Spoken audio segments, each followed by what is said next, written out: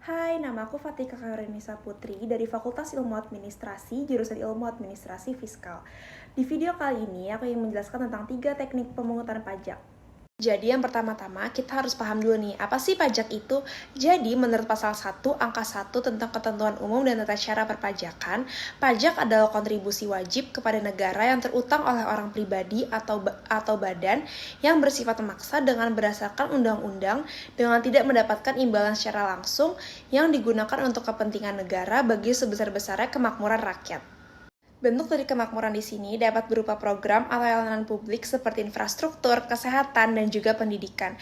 Karena pajak ini digunakan untuk kepentingan masyarakat, maka alangkah baiknya bahwa masyarakat ini mengetahui tentang apa aja sih teknik pemungutan pajak yang ada di Indonesia.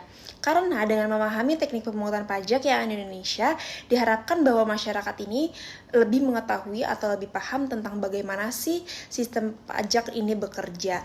Kemudian bagaimana sih pajak ini dapat mempengaruhi kondisi keuangan pribadi atau bahkan bisnis mereka, dan bagaimana nantinya mereka memanfaatkan aturan perpajakan untuk mengelola keuangan mereka serta berpartisipasi secara aktif dalam proses perpajakan. Menurut pasal 2 ayat 1 Undang-Undang KUP, setiap wajib pajak yang telah memenuhi persyaratan subjektif dan objektif sesuai dengan peraturan perundang-undangan perpajakan berdasarkan sistem self-assessment wajib mendaftarkan diri pada kantor DJP. Sekarang apa sih self-assessment itu? Self-assessment system adalah sistem perpajakan yang memberikan kepercayaan kepada WP untuk memenuhi dan melaksanakan kewajiban dan hak perpajakannya, dimulai dari mendaftarkan diri untuk mendapatkan NPWP, menghitung sendiri pajak terutangnya, menyetor pajak terutangnya, melaporkan dan menetapkan sendiri jumlah pajak terutangnya melalui pengisian SPT. Jadi dalam self-assessment system ini, Fiskus hanya berperan sebagai pengawas atas kelengkapan dan kebenaran SPT yang diisi oleh wajib pajak. Self-assessment ini dilandasi oleh pasal 12 ayat 1 Undang-Undang KUP, di mana setiap wajib pajak wajib membayarkan pajak terutang sesuai dengan ketentuan peraturan perundang-undangan perpajakan dengan tidak menggantungkan pada adanya surat ketetapan pajak. Selain dari self-assessment system, ada juga official assessment system dan juga withholding system.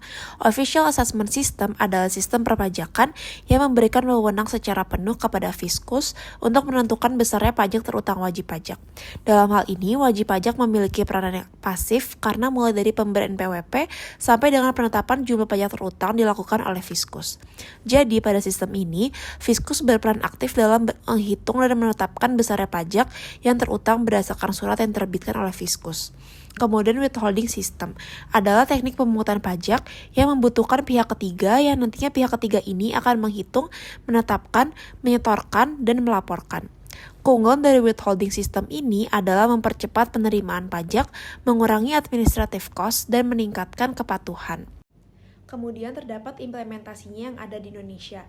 Yang pertama, self-assessment system diimplementasikan pada pajak penghasilan orang pribadi, pajak penghasilan badan, dan juga pajak pertambahan nilai.